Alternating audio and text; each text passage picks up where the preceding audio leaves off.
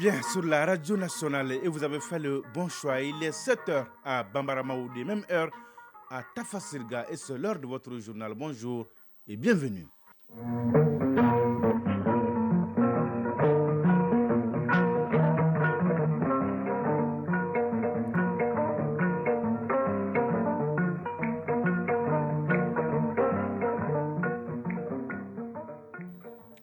L'actualité, la première édition d'ici mardi 27 septembre 2022. Tout d'abord, la couleur du temps sur Bamako et environ 23 degrés ce matin, ciel partiellement couvert, possibilité de pluie 20%, humidité 66%, du vent 8 km à l'heure et la maximale attendue est de 33 degrés. Mesdames et messieurs, à la une de cette édition, l'arrivée du Premier ministre par intérim des États-Unis où il a participé à la 67e session de l'Assemblée générale des Nations unies. Un accueil populaire lui est réservé à l'aéroport international. Le président Modibo Keïta Sénou cet après-midi pour saluer son discours historique au nom du Mali.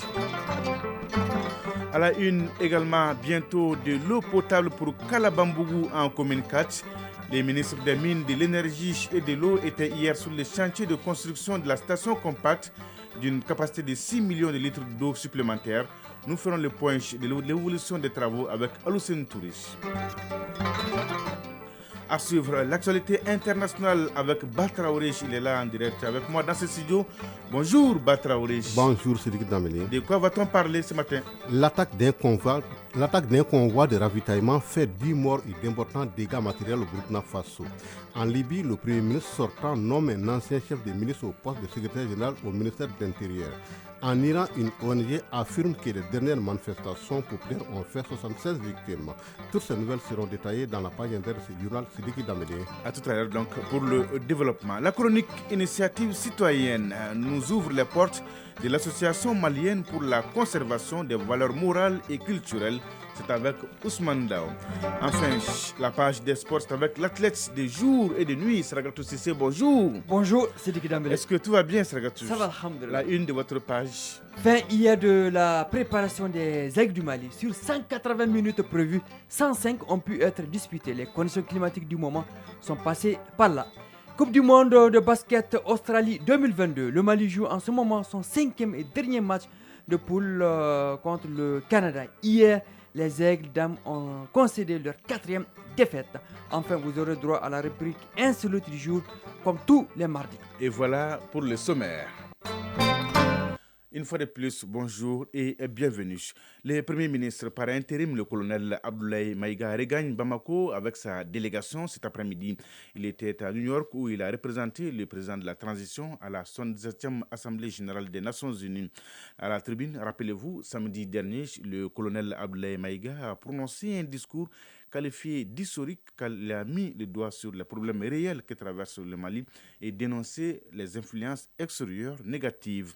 Le Premier ministre a également donné l'assurance que les autorités de la transition malienne n'avaient d'autre objectif que de faire des réformes politiques et institutionnelles avant d'organiser des élections tout en luttant obstinément contre le terrorisme.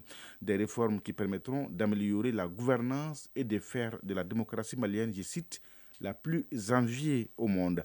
Des messages forts qui ont été salués par ses concitoyens, d'où la mobilisation générale pour lui réserver un accueil chaleureux. Son avion devrait atterrir aux environs de 14 heures. Un événement à suivre en direct sur nos réseaux synchronisés radio et télé. Sur l'autre plan, contribuer à l'assainissement de la ville de Bamako, c'est l'objectif recherché par l'entreprise Toguna Agro-Industrie. Elle vient de doter la commune 6 et la maison centrale d'arrêt de Bamako de 3 camions bennes et d'une chargeuse. La cérémonie des remises était présidée par le ministre de l'Environnement, de l'Assainissement et du Développement durable en présence de plusieurs autres personnalités. Un geste de cœur suivi par Mamari Koni. C'est une bouffée d'oxygène que Toguna Agro-Industrie vient d'apporter à la commune 6 du district de Bamako et à la maison centrale d'arrêt de Bamako dans le cadre de l'assainissement.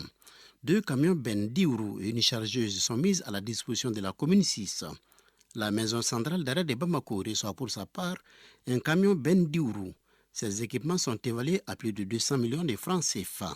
Omar Guindo, directeur général du groupe Toguna Agro-Industrie. Pour accompagner le développement des collectivités locales dans leur effort d'assainissement, nous avons décidé de faire un don de matériel à la commune 6 et à la maison centrale d'arrêt de Bamako. L'assainissement, c'est une nécessité pour le bien-être des populations. Pour leur part, les bénéficiaires ont remercié le donateur pour ses gestes citoyens, un acte qui vise à soutenir la transition. Boubacar Keita, maire de la commune 6. Nous sommes aujourd'hui très heureux, très contents. On avait cette problématique.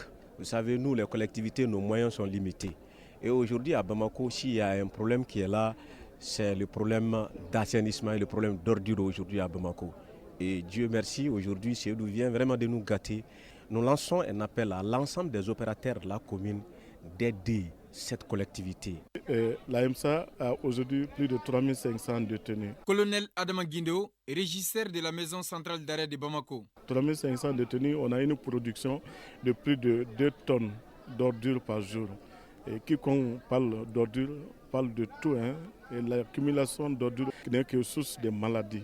Et donc, Seydou vient aujourd'hui nettoyer tout ce qui est comme désastre et maladies au niveau de la MCA en nous dotant cette benne. Au nom des autorités, le ministre de l'Environnement, de l'Assainissement et du Développement durable a déclaré que Toguna Agro-Industrie est une entreprise citoyenne qui, depuis des décennies, participe au développement harmonieux de notre pays. Modou Bokouné. Et remercier le groupe Toguna Industrie et l'ensemble des travailleurs de Toguna Industrie pour cette belle donation. Mais aussi à ceux qui reçoivent ces donations, nous allons les inviter à les entretenir et à les prendre comme étant un objet de famille qui doivent quand même être pérennes et pour le bonheur des populations. Et vous savez que la gestion des déchets à Bamako pose problème aujourd'hui. Et le gouvernement de transition a mis des moyens à notre disposition afin qu'on puisse vraiment lutter efficacement contre ça. Si nous trouvons aujourd'hui un partenaire qui participe à cette lutte-là, je pense que le lieu pour moi d'être là. Ces remises viennent s'ajouter à d'autres donations du groupe Toguna Agro-Industrie, une entreprise qui ne cesse d'apporter son soutien aux communautés, notamment dans les secteurs de l'éducation, de la santé, de la culture et du développement du genre. C'est parti depuis hier à Bamako pour les travaux de l'atelier national sur la transposition dans la législation nationale de la directive au niveau des 17 États membres de la CIPRES. La CIPRES, c'est la conférence interafricaine de la prévoyance sociale. Ce socle juridique de sécurité sociale est une réforme majeure, un référentiel garantissant aux organisations de prévoyance sociale un objectif de bonne gestion des deniers publics. Le reportage de Adama Djimdi. La sécurité sociale au niveau des 17 États membres de la CIPRES, conférence interafricaine pour la prévoyance sociale, est un défi majeur pour les gouvernants. Le traité instituant la CIPRES prévoit comme objectif la fixation des règles communes de gestion et d'élaboration de propositions visant l'harmonisation des dispositions législatives et réglementaires applicables aux organismes de prévoyance sociale des États membres. Ibrahim Ikassa Maïga, ministre de la refondation de l'État, chargé des relations avec les institutions. Par la mise en œuvre du socle juridique de sécurité sociale, véritable instrument d'intégration juridique, la CIPRES devrait renforcer son positionnement et se hisser au niveau des autres organismes tels que la CIMA, Conférence interafricaine des marchés d'assurance, et l'OADA, l'Organisation pour l'harmonisation en Afrique du droit des affaires, qui se sont déjà dotés d'outils similaires. Il nous revient, pouvoir public malien, en application de la directive et de la décision susvisée, de créer un nouvel organisme de prévoyance sociale par un acte législatif en conformité avec l'ordonnancement juridique interne. La mise en place du socle juridique pour les États membres doit favoriser l'application de la Convention multilatérale de sécurité sociale. Objectif, garantir aux travailleurs ressortissants des États membres les avantages sociaux au niveau des différents pays dans les mêmes conditions que les nationaux. C'est pourquoi la ministre de tutelle appelle à l'Union. Diminatou Sangaré, ministre de la Santé et du Développement social. Je lance du haut de cette tribune un vibrant appel à tous les présidents et membres des conseils d'administration des organismes de prévoyance sociale pour travailler à l'unisson afin que le Mali puisse continuer à relever le défi de la bonne gouvernance pour une couverture sociale plus étendue et plus équitable de toutes les couches en besoin de protection sociale. La directrice exécutive de la CIPRES, Cécile Parmel, a intervenu virtuellement pour exprimer toute sa reconnaissance aux autorités de la transition vu l'importance de la thématique. Bientôt, la population de Kalabambougou va dire un ouf de soulagement en matière d'accès à l'eau potable. Le ministère des Mines, de l'Énergie et de l'Eau, à travers la SOMAGEP, est en train de construire une station compacte dans cette localité. Le ministre de l'Énergie était justement sur ce chantier pour voir l'évolution des travaux.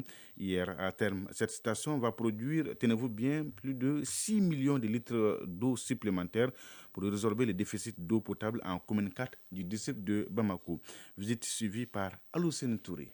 Face à la pénurie d'eau que vivent les populations de la rive gauche en général et celle de la commune 4 en particulier, la Société malienne de gestion de l'eau potable a entrepris une nouvelle démarche visant à transférer les anciennes stations compactes de la rive droite vers la rive gauche pour assurer une desserte correcte en eau des usagers. C'est ici à Kalabambougou que se situe la station compacte qui déploie son réseau grâce à une technologie innovante. Ibrahim Guindo, directeur de la distribution à la SOMAGEP. La technologie que nous sommes en train de voir ici, c'est ce qu'on appelle la technique de soudage bout à bout des tuyaux en polyéthylène haute densité. Je ne peux pas dire que c'est une technique nouvelle, mais en tout cas, à la SOMAGEP, on commence quand même à utiliser de plus en plus cette technologie.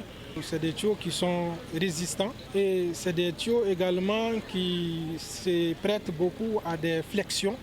Donc, du coup, ça peut diminuer en fait, le nombre de pièces en cas de changement de direction. Le ministre de l'Énergie et de l'Eau a apprécié les efforts des équipes qui ont permis de réaliser une économie importante de ressources. Lamine Seydou Traoré, ministre de l'Énergie et de l'Eau. Au lieu de faire un projet tout neuf des stations compactes, a pris la décision de faire transférer les stations qui étaient abandonnées à la rive droite pour les transférer vers la rive gauche. Ce qui est fabuleux dans ce projet, c'est que ça témoigne tout l'état d'esprit qui règne au sein de SOMAGEP par rapport à la problématique du Mali Croix.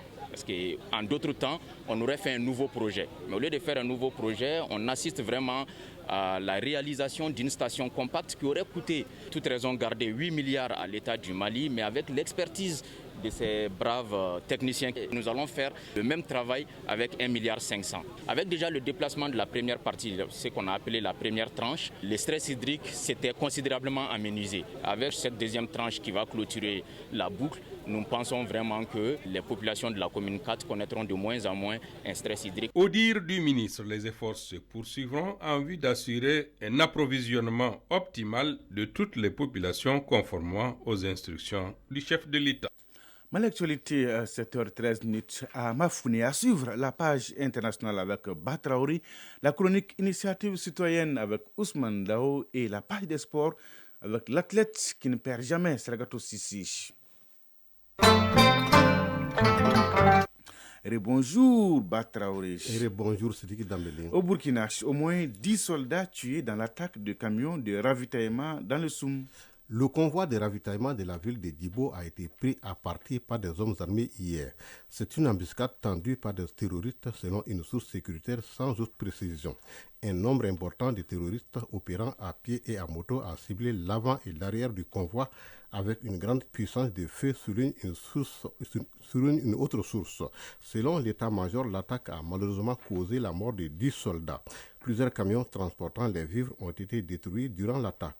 Des renforts ont été déployés sur place pour apporter assistance aux victimes et sécuriser la zone. Attaque de convoi toujours, cette fois-ci c'est au Tigré et c'est un camion du programme alimentaire mondial qui était ciblé. Le programme alimentaire mondial PAM a annoncé hier qu'un de ces camions avait été touché par les projections d'une frappe du drone. Dimanche, 2 véhicules chargés de nourriture se rendaient dans le nord-est du Tigré, région ravagée par la guerre entre le pouvoir régional TPLF et le pouvoir fédéral d'Addis Abeba. Suite à cette frappe, le PAM n'a pas précisé si les distributions seraient de nouveau suspendues, mais l'organisation a indiqué qu'aucun camion alimentaire n'avait pu entrer au Tigré depuis le 24 août et appelé toutes les parties à respecter le droit humanitaire. En Libye, un chef de milice nommé secrétaire général au ministère de l'Intérieur. Imad Trabelsi, nommé dimanche dernier par le Premier ministre sortant Abdelhamid Dbeiba, devient le 4e secrétaire général au ministère de l'Intérieur. En plus de son bilan contesté en tant que chef de guerre, sa milice a à nouveau été impliquée il y a 3 jours dans des affrontements à Tripoli. Les détracteurs du Premier ministre Dbeiba voient dans cette désignation une récompense faite aux groupes armés afin d'acheter leur loyauté. Enfin, en Iran, au moins 76 personnes tuées dans la répression des manifestations selon une ONG. La répression des manifestations déclenchées il y a 10 jours par la mort d'une jeune femme détenue par la police des mœurs iraniennes s'intensifie.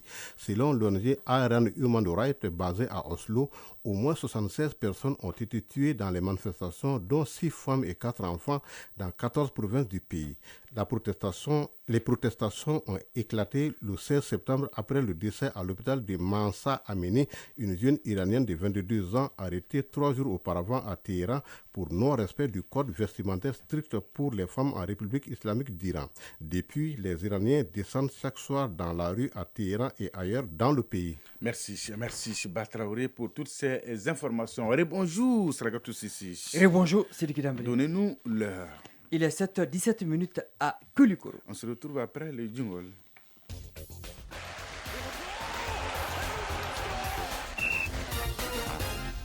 Et oui, les Aigles du Mali ont bouclé hier la fenêtre FIFA réservée aux équipes non concernées par les compétitions zonales en livrant 2 matchs tests face à la Zambie. Oui, le match retour hier n'a duré que 15 minutes pour cause de fortes pluies tombées au stade du 26 mars. La météo n'a pas été clémente.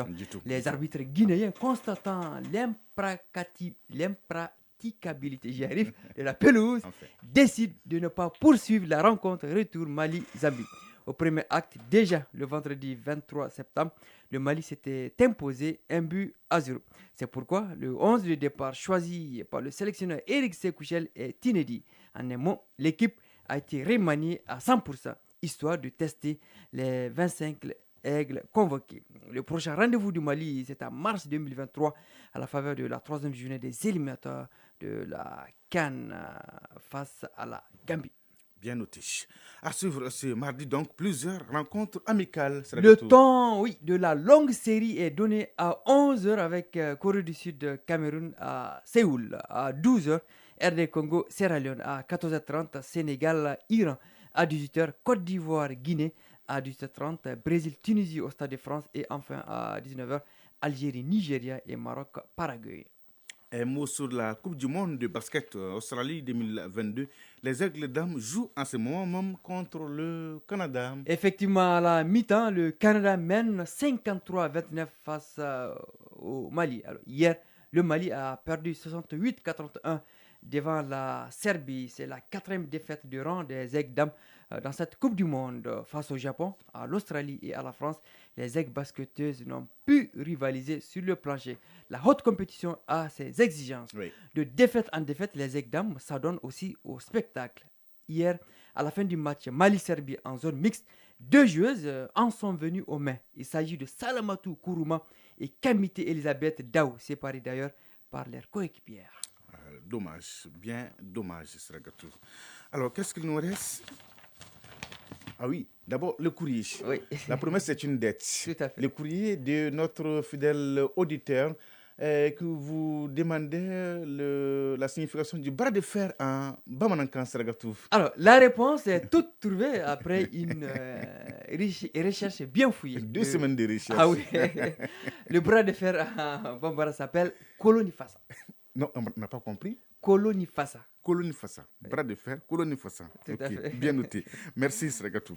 L'insolite du jour en Hongrie, dans un match de foot amateur, un joueur a raté l'occasion de disputer le derby le plus attendu dans sa carrière. Racontez-nous.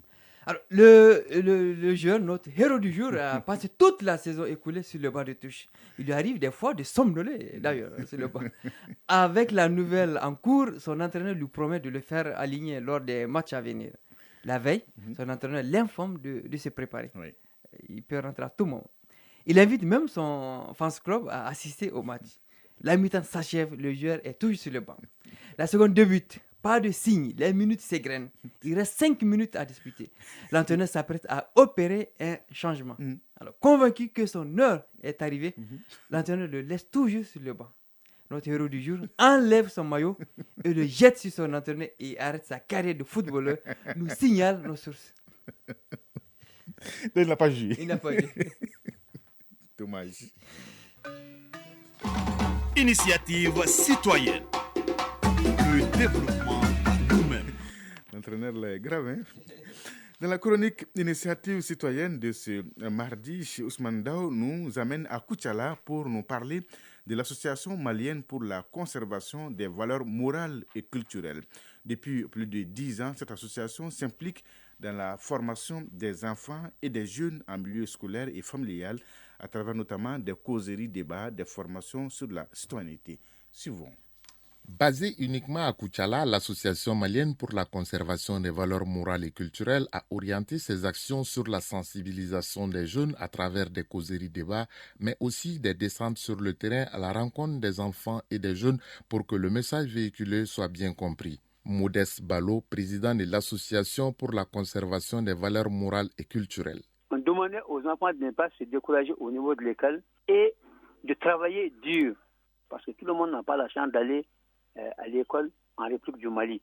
Bon, en plus de ça, on a organisé des causeries au niveau des quartiers, au niveau des villages, avec les jeunes. On fait comprendre aux jeunes d'où ils viennent et que leur origine était la famille qu'il faut bien honorer. Ces différentes sorties à l'endroit des jeunes ne vont pas sans difficultés.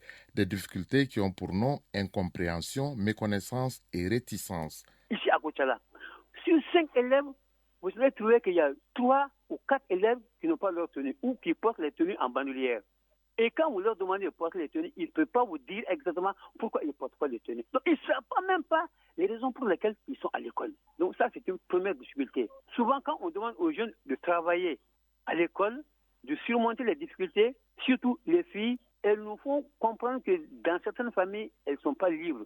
Qu'à cela ne tienne, elles ne comptent pas baisser les bras et préconisent des solutions pour une bonne éducation des enfants. Modeste Balo, président de l'Association pour la conservation des valeurs morales et culturelles. Face à la modernisation, face à l'individualisation, il faudrait qu'ils changent de système d'éducation des enfants. Parce que avec l'industrialisation, les enfants ont à peu près le même niveau de vie que les parents, par les masses médias. Ils voient tout, ils écoutent tout. Maintenant, il faut que le papa arrive par rapport à tout ça à maîtriser, parce qu'on peut pas donner naissance à un enfant et le jeter, ou alors dire que tu as trop de travail, non. Et aussi préparer les jeunes filles et les jeunes garçons au mariage. Après plus de 10 ans d'existence, l'Association malienne pour la conservation des valeurs morales et culturelles reste convaincue que le combat de l'éducation doit être celui de tout le monde pour avoir un Mali en paix. 7h23 à Doumanaba et à Congo-Likoro. C'est donc tout pour ces journaux. Grand merci à Idrissa Damele et à Batraori qui m'ont aidé à la réalisation, aux opérations technique Alou Koulibaly, présentation Sidiki Dambélé. Merci de votre fidélité et de tous vos soutiens. Ça nous donne des ailes. L'info continue sur votre chaîne. Tout de suite, la page météo suivie des avis divers avec Fousseni Diarra. Et à 13h, vous avez rendez-vous avec Bemba Sibi pour la 2e édition du journal. La pensée du jour signée Eugène Delacroix. Un bon plat se compose des mêmes éléments qu'un mauvais. Oui, un bon plat se compose des mêmes éléments qu'un mauvais. Mesdames et messieurs, prenez soin de vous et des autres. Excellente journée de mardi à toutes et à tous. Au revoir.